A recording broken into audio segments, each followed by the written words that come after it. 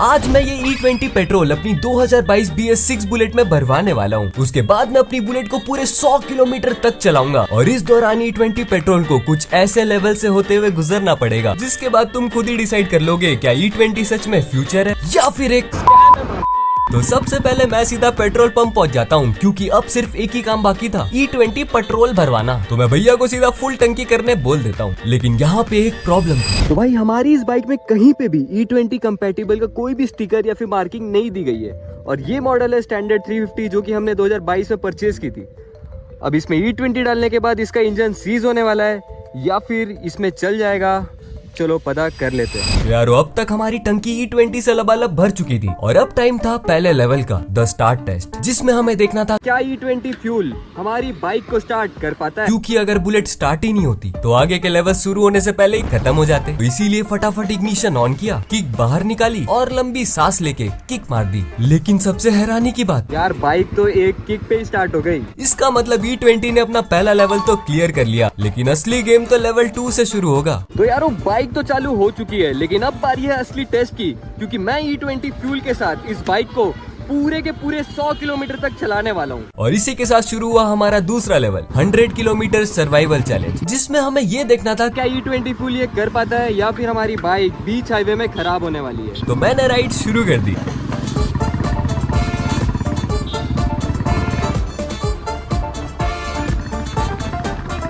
जिसमें मुझे काफी ज्यादा मजा आ रहा था। एक के बाद एक किलोमीटर इतने आराम से निकल रहे थे कि मुझे लग ही नहीं रहा था कि मेरी बुलेट में E20 पेट्रोल डला हुआ है। और मैं सोचने लगा ना जाने क्यों सोशल मीडिया में इस पेट्रोल को लेके इतना बवाल चल रहा है, लेकिन मेरे ये बोलते ही सब कुछ बदल गया। तो यार अभी से ये बाइक मिस मारना शुरू कर चुकी है। अभी केवल 17 किलोमीटर ही पूरे किए थे कि हमारी बुलेट ने मिस मारना शुरू कर दिया, मगर फिर सब कुछ नॉर्मल हो गया और मैं थोड़ा आगे बढ़ा ही था कि ये हो गया। तो भाई हमारी ये बुलेट एकदम से मिस खा के बंद हो चुकी है, वो भी बीच हाईवे पे। और अभी तक हमने केवल 25 किलोमीटर ही कवर किए थे और बाइक इतनी गर्म हो चुकी है भाई, जो कि नॉर्मल से कहीं ज़्यादा है। मुझे यहाँ तक टेम्परेचर फील हो रहा है। अब ये वापस स्टार्ट होगी कि नहीं वो तो मुझे नहीं पता, बट अभी इसको थोड़ा रेस्ट देते हैं। हाईवे के बीचों बीच मेरी बुलेट बंद हो गई और इस वक्त मेरी फटके 64 हो चुकी थी, क्योंकि अगर बुलेट को कुछ भी हो गया तो ये पूरा एक्सपेरिमेंट यहीं खत्म हो जाएगा। 100 अलग, फादर साहब किलोमीटर के हिसाब से दौड़ा के मारेंगे वो अलग। अब बुलेट दोबारा स्टार्ट हुई या फिर नहीं ये तो हमें थोड़ी देर में मालूम चलेगा, मगर उससे पहले चलते हैं तीसरे लेवल की ओर, परफॉर्मेंस टेस्ट। तो भाई अब बारी थी इसकी परफॉर्मेंस देखने की। E20 में हमारा परफॉर्मेंस कितना ड्रॉप हुआ है अभी हम ये चेक करने वाले हैं। तो मैं बाइक को सामने पूरा क्लीन हाईवे है उसमें एकदम भगा के देखूंगा जैसे मैं पहले भगाता था, और फिर देखते हैं भाई डिफरेंस कितना है। तो चलो फिर शुरू करते हैं।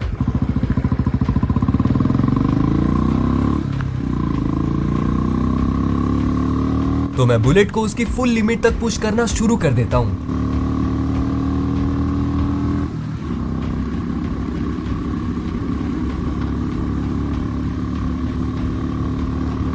मगर जैसे जैसे स्पीड बढ़ती जा रही थी मुझे एक के बाद एक डिफरेंस फील होना शुरू हो गए थे और केवल एक परफॉर्मेंस टेस्ट में मुझे 4 चीजें मालूम चली। बाइक में वाइब्रेशन पहले से ज्यादा फील हो रहा था, मैंने अपने थ्रॉटल को पूरा खोल दिया था, मगर पिकअप पहले जैसा शार्प फील नहीं हो रहा था। लेकिन जिस चीज ने मुझे सबसे ज्यादा सरप्राइज किया वो था इसका इंजन साउंड,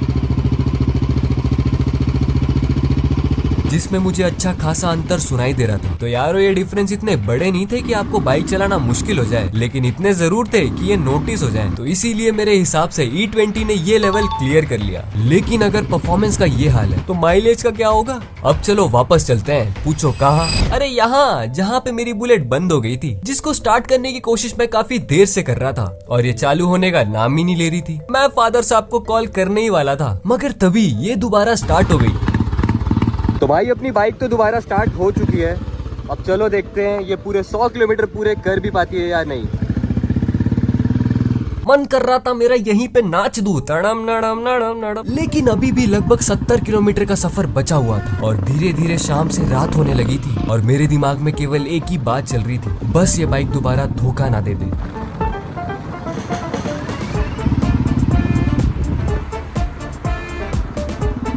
मगर हम जैसे तैसे भीग भाग के पता नहीं कैसे वापस घर पहुंच जाते हैं।